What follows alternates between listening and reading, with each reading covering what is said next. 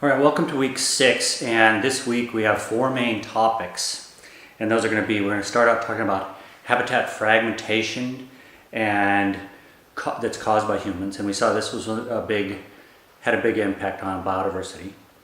Then we're going to look at the landscape and the small pieces of habitat within the landscape as a network, and by doing that we're going to look at the maximum habitat size, the connectivity, and the sort of patterns across the landscape. And we're going to be looking at how corridors and reserves linked together might help with get the right amount of connectivity we need for biodiversity and other processes.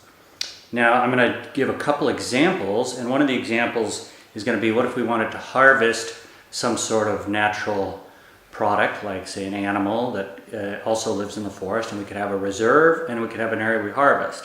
And by having those two linked together provides a more resilient system than just by having one bigger area. So I'm going to go through that, and in today's lecture it's going to be different. Instead of just PowerPoint with voice over PowerPoint, I'm going to have to run some simulations and walk you through the simulations. So it's going to be a little different, and I think what I'm going to do is have instead of the notes like we normally have, I'm going to have some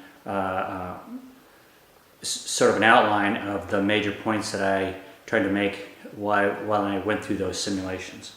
And the final thing that we're going to talk about is go back to this idea that we had about succession, and instead of succession going all the way to a set climax forest, we're going to look at what happens if there's a whole bunch of small intermediate size disturbances during succession, and you end up with a mosaic of plant types and also plant ages. And this is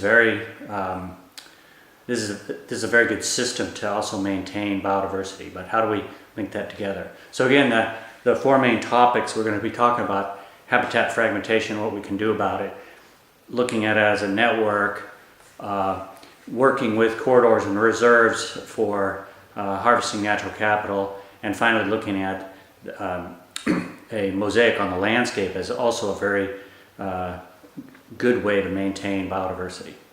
So just remember that the lecture is going to be a little bit different this week.